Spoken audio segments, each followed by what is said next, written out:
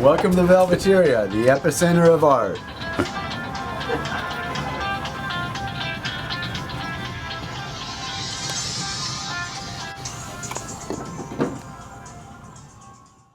The reason I started the museum because I was in Portland, Oregon, where it was always dark and rainy and cold, and there was no movement or color.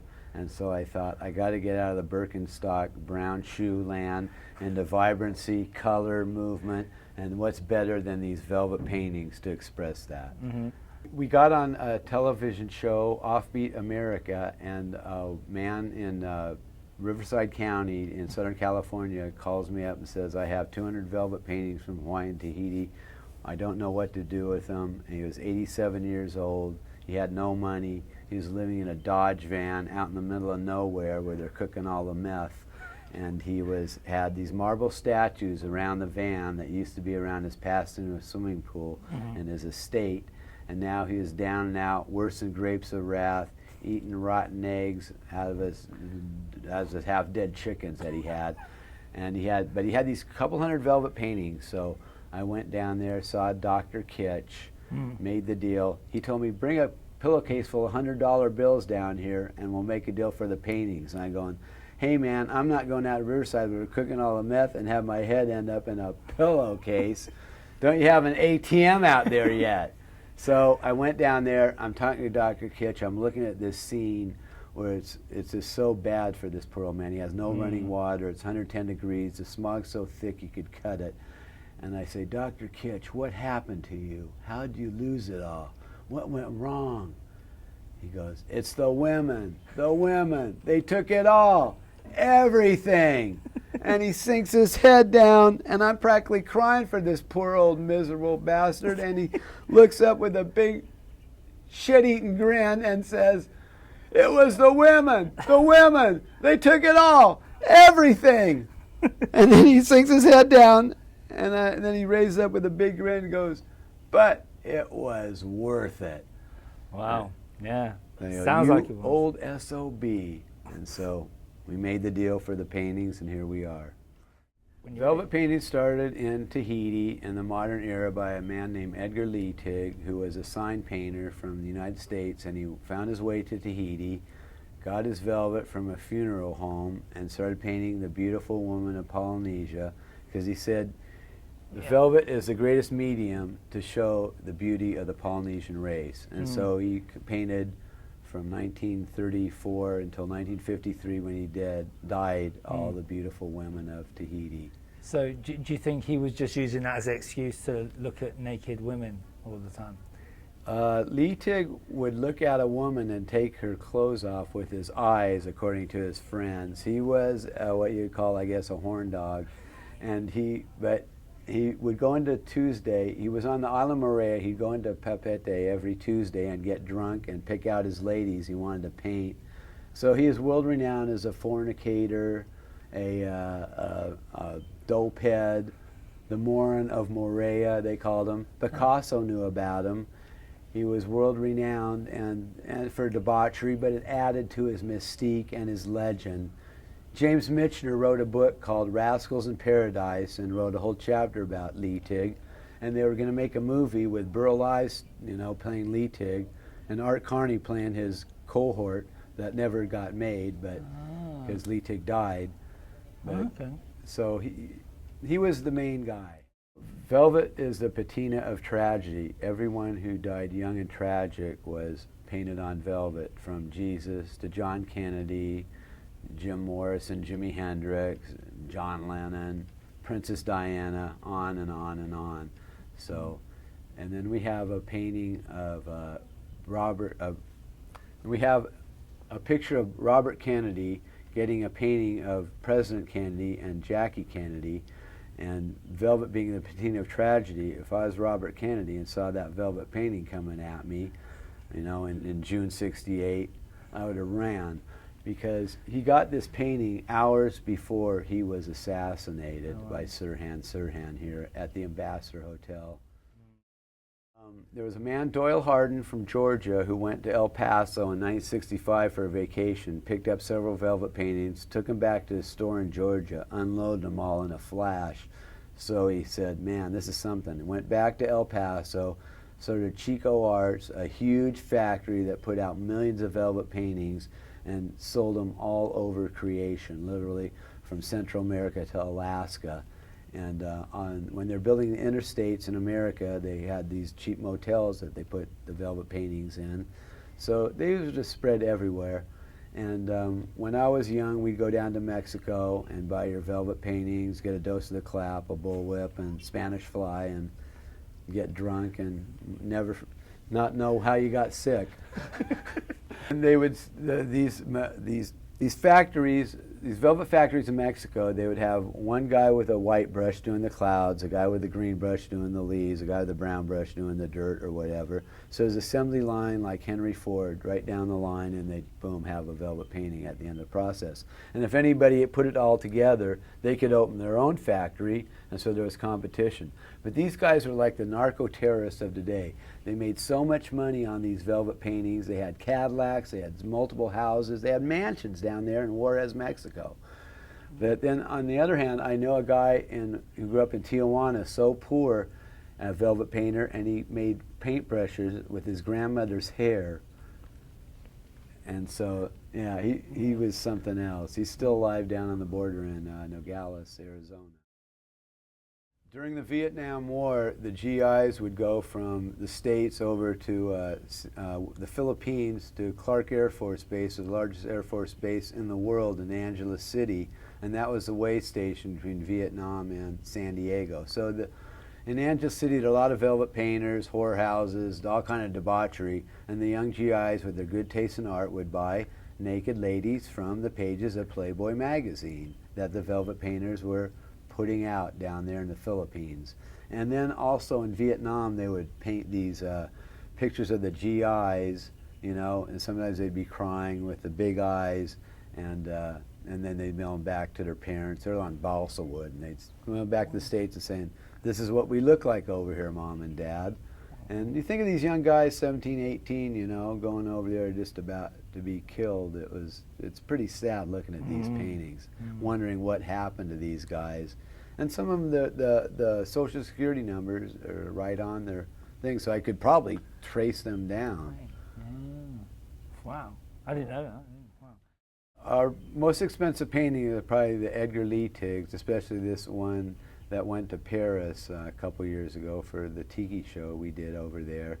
But Leeteg was the master, and there's very few of them left, and you know, they're old now. You know, they're antiques, but there are other great ones. And when we were on TV on CBS, Bill Geist was showing me a Snoopy, and I go, well, we've raised the price of Snoopys from $2 to $5. So, you know, that's like, you know, what, 250% increase. Whoa. So, hey, yeah, take that to the financial network and see what you can get. So if I wanted to buy a tea, is there a ballpark figure of how much I would be paying? A Leeteg? Yeah, Leeteg. I think you probably maybe get maybe a small one around 5,000. Okay. Okay. It's hard to track. It depends, you know, on what people want to spend and how bad they want them. Well, in Tahiti one day, a man from Hollywood bought a bunch of paintings from Leeteg and took them back and opened the first tiki bar across from Grauman's Chinese Theater. And that day, this man, Wayne Decker from Utah, a Mormon jeweler and an elder, was down in Tahiti, sobered up Leeteg, made a deal with him to buy all his best paintings. So Leeteg would send all his great stuff to Utah, and even during the height of the fighting in World War II, he is sending these wahinis on velvet from Tahiti to Utah. So I wonder, where is the movie of the wahinis, the Underground Railroad of wahinis? But so Leeteg was kept in money by this man in Utah, and so I always wondered about this guy and what did the elders and the bishops think of Wayne Decker. So I met his granddaughter, and she goes, that was just Wayne being Wayne, that was his thing. So I go, Evelyn, where are all these naked ladies? Are they in the great temple there in Salt Lake City? Are they next to the underwear room? Where could they be?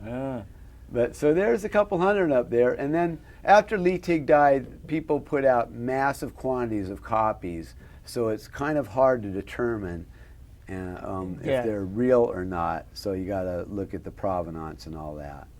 And to have these paintings of Leeteg is really a coup because they're hard to find. You don't know if they're real or not. And, And, so like these are authentic ones, aren't they? So, yeah, right. They're the real deal. And Leeteg was interesting. He always had to fight with the critics.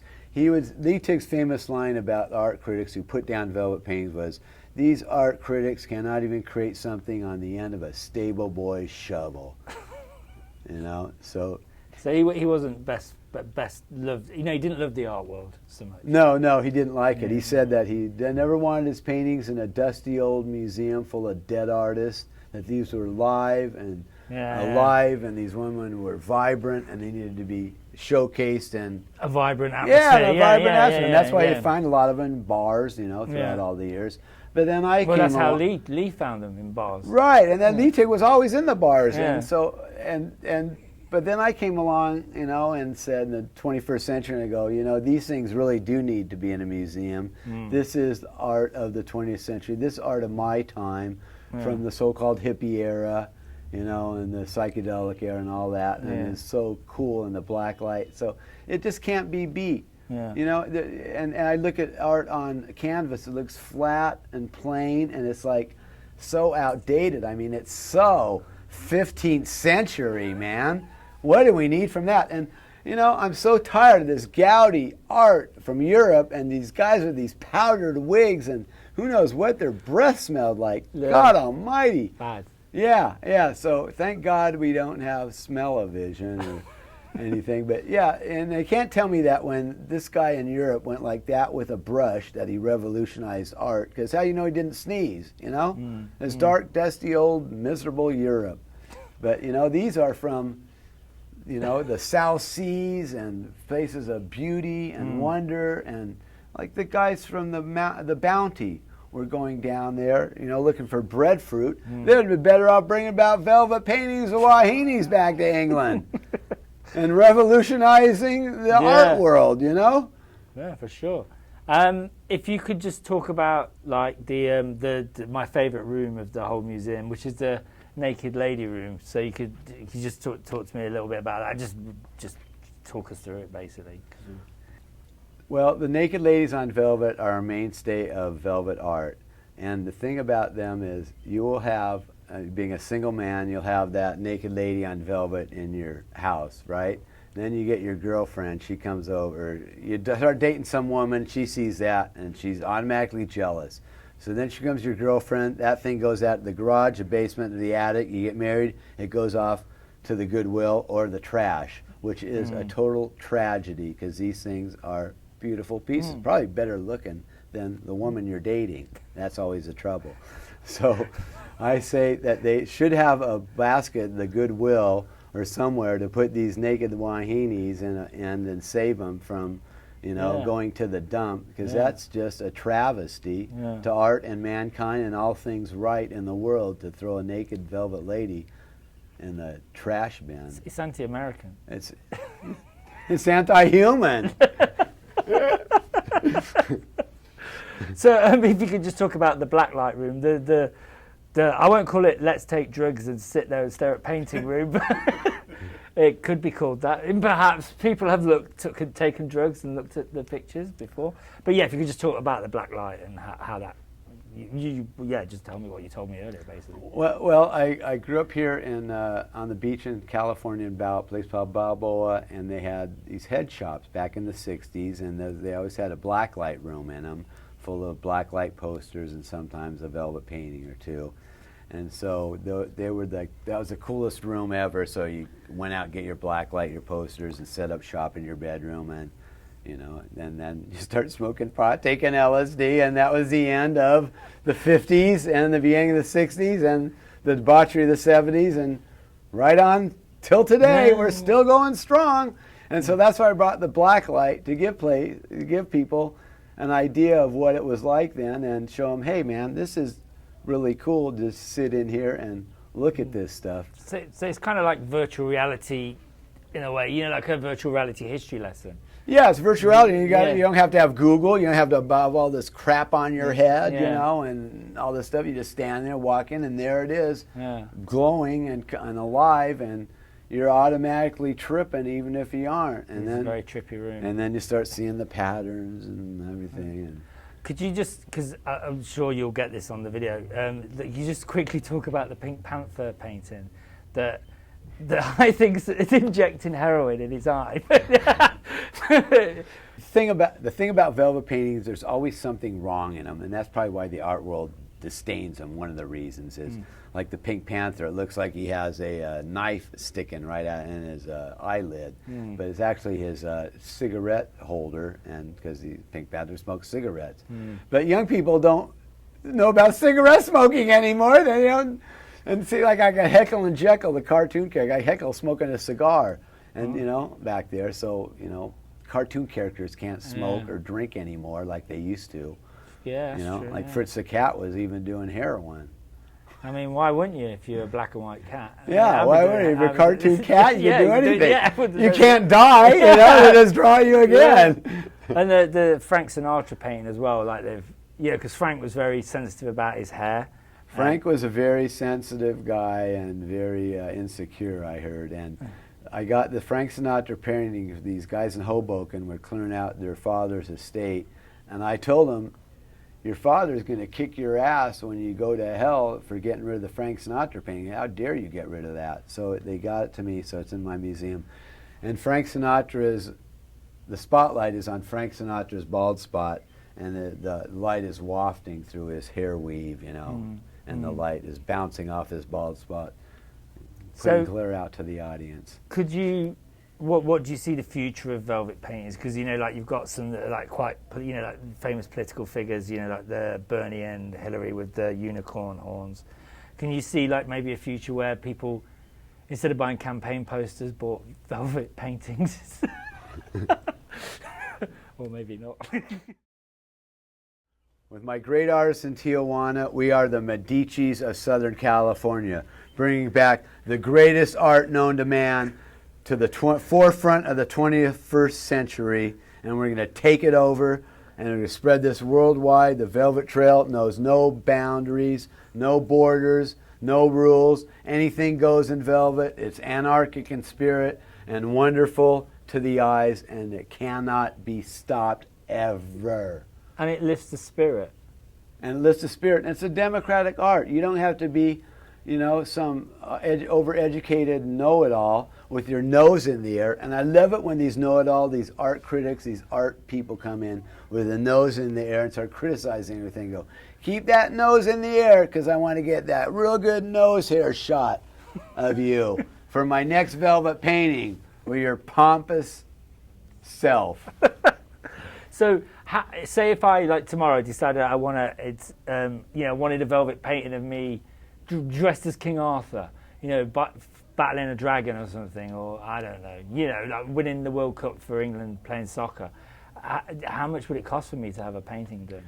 Send your image to velvetariala@gmail.com, and I will send it to my artist, and I will come back and give you a price. For 18 by 24, it's around $350, $400. For 3 by 2, Yeah. 500, 600, maybe even 1,000. And what's the kind of turn? How long does it take? Oh, about 3-4 weeks, depending how busy you are. Or some of these guys, when they get the money, they just disappear out. They run off with some women and get drunk, and you don't see them for, you know, they're artists. They're all horrible people, you know, they're irresponsible, they're, you know, degenerates, you know, they're artists, for crying out loud. In a degenerate art form. Yeah, and so, yeah, that's the most degenerate art form in the world, but also the best, because, you know, to regenerate, first you have to degenerate. Like it.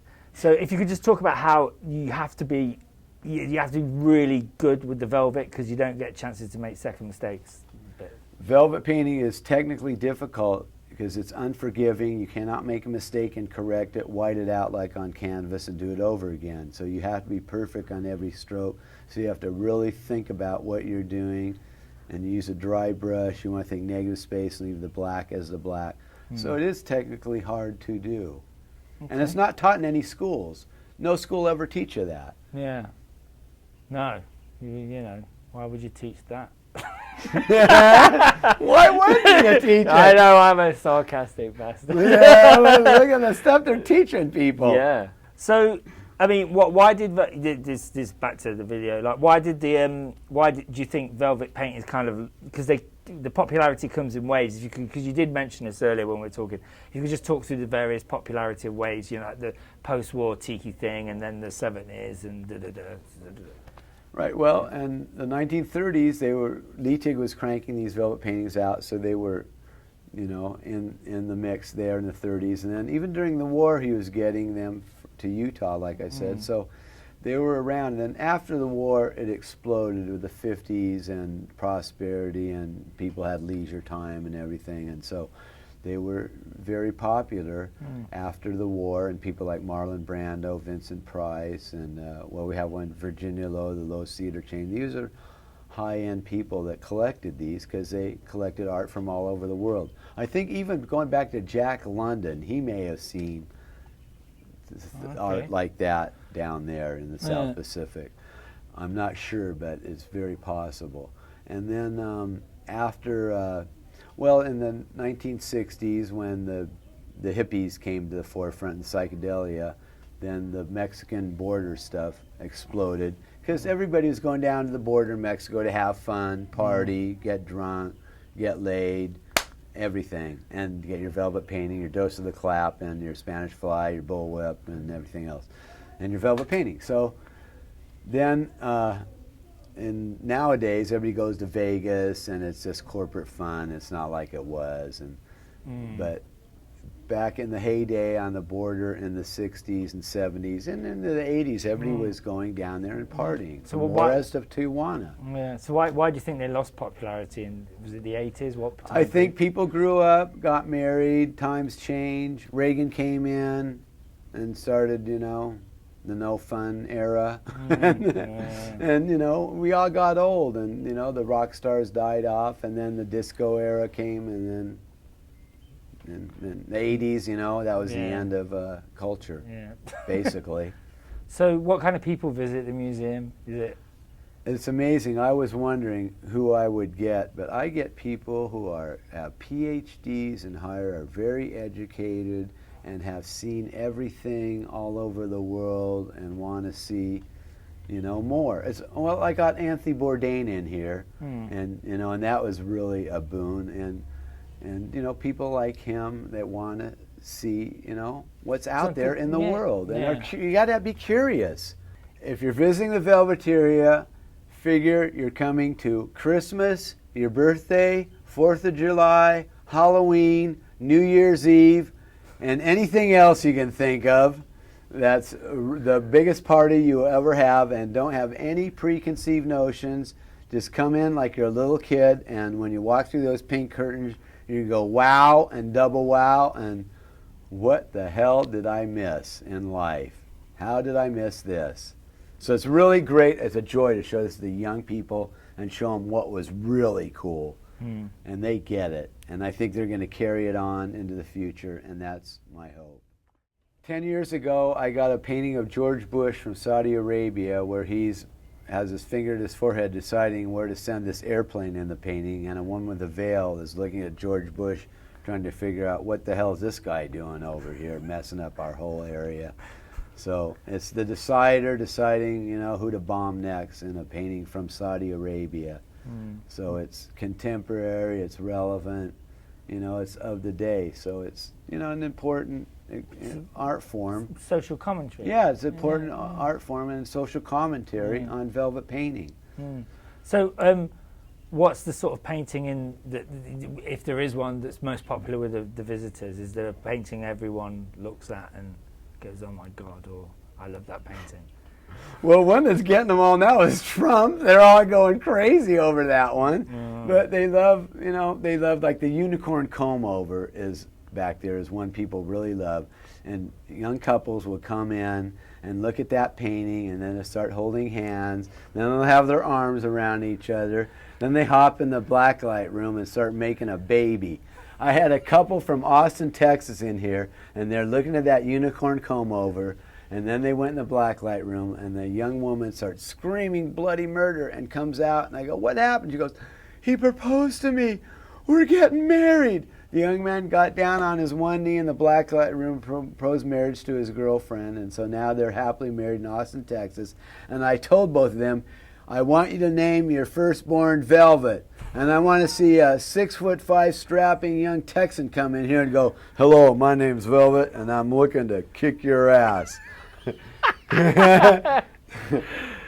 might have a unicorn on his head. And you know what? Then then I'll put a unicorn in his head and I go, now you're Velvet Unicorn. Motherfucker. I think they've got it.